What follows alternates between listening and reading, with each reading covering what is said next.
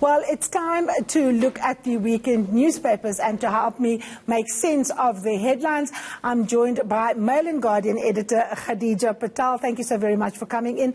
And of course also energy expert and investigative journalist Mr. Clive Yelland.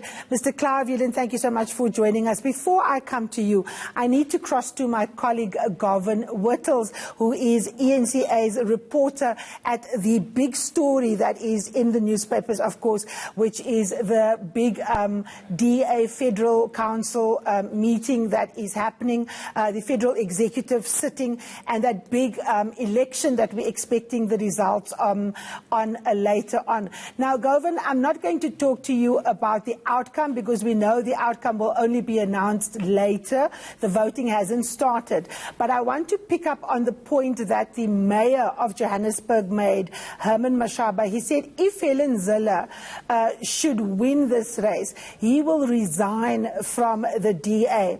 Now, do you think that the DA delegates who's going to be voting either for Ms. Zille or for Mr. Athol Trollip or Mr. Waters or Mr. Walters will take into consideration that they might be able to lose the richest municipality in Johannesburg, which the DA, of course, rules through an arrangement with the EFF?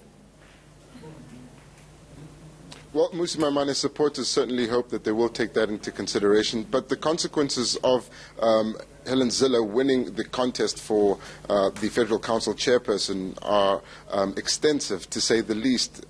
It could, of course, lead to Mmusi Maimane losing his grip on the party, as she would be responsible for its day-to-day running.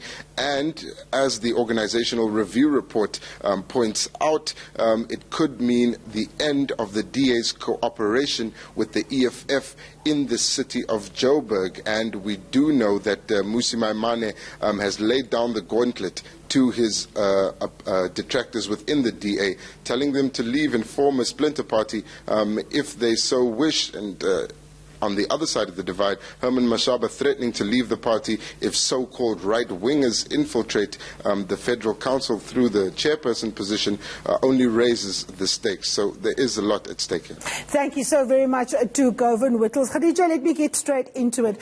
In your paper in the Mail and Guardian, you're saying that it's a done deal. Helen Zille is going to win this race. Paddy Harper wrote that story. Why are you so confident, or why was your reporter so confident that she will indeed win the race, given that so many provincial leaders of the DA has actually thrown their weight behind Mr. Athol Trollip? So that's exactly what we canvassed a number of DA leaders.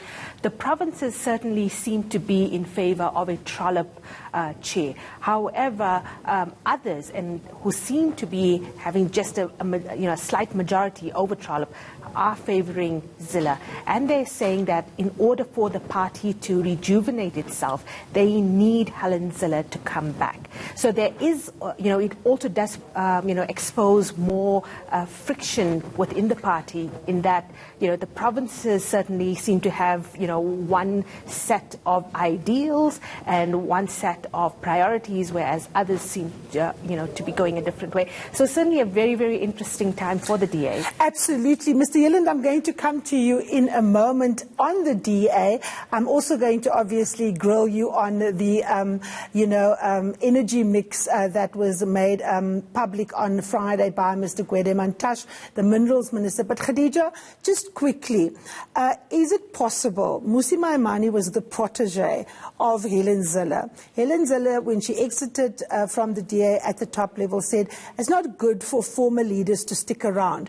Will the leader of the DA be able to remain the protege of the new federal chair in the event that Helen Zille does win this race? Or is this, in fact, a referendum on on Mmusi Maimani's leadership, does he stand the possibility of being the first casualty if an early Congress is being called? It is exactly a referendum on Mmusi's leadership, and I think he understands that well, and the fact that he came out guns blazing in the opening of the meeting yesterday shows you that he understands that this is a do-or-die moment for him.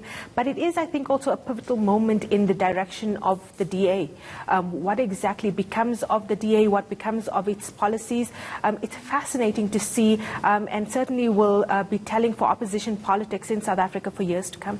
Now, Mr. Yelland, just quickly on the Democratic Alliance, do you think it's a good idea for Helen Zille to step back into party politics at that level? Will she and Mmusi be able to work together, or will it have to be one or the other? Well, you're really asking the wrong person here. But I do think it's problematic for Helen Zille to come back. That's my opinion as an uninformed political analyst. I have no... Just give us your reasons for why you think she's inappropriate for that position. Well, I just think that people who have had their day should make way for new people to have their turn. And I know the DA is in crisis, and maybe she feels it's her duty to come back and save things. But I think that's the wrong approach, personally. Okay, let's go to your field of expertise, which is, of course, power and the energy mix that was unveiled. No surprises, really. I mean, Gwede Mantashe was not going to come out batting for independent power producers. He has always shown a bias toward coal. He is saying they are open and Eskom is going to have the right to decide where to go, but they're not kicking, the coal option out of the way. In fact, it remains a key part of that mix. Is that the right decision in your view? Well, firstly, to say that I think Mr. Mantashe is a masterful politician and very good at doublespeak. He has even a word attributed to him in the English language, to Mantashe. Yes. And he seems to talk in a way that people are not quite clear what the hell he's saying. Yes. And it's like the Bible. There's always something in there that somebody can believe, is speaking to them. Yeah. But I think let's look at the hard facts. New coal is very limited in the mix in the IRP. It's something like 1,500 megawatts, which is really peanuts. Yes. The coal in the mix in the next, to the year 2030, is dropping from 80% in the mix to 59% in the mix. The new mix is not coal, is not nuclear. It's wind and solar PV and gas and battery storage and some hydro that may or may not happen from the DRC. Whilst he is keeping certain constituency happy with double-speak, this nuclear and coal, the reality, the numbers in there tell the story very, very clearly that new coal is not part of the big mix. It's actually, coal is declining as a percentage, and new nuclear doesn't exist. Another sleight of hand, they talk about new nuclear, 1,800 megawatts. No, that's not new nuclear. That's old nuclear. That's existing plant that they're going to extend the life. So this is a way of keeping different constituencies happy with doublespeak. Masterful from Mr. Mantashe. Okay, we're out of time. Khadija, I'm going to give you an absolute last word on the matter. Just quickly, do you think that at this stage, we still should be talking about energy plans, given the fact that we're already experiencing load shedding? Shouldn't we be talking about who's going to head up Eskom?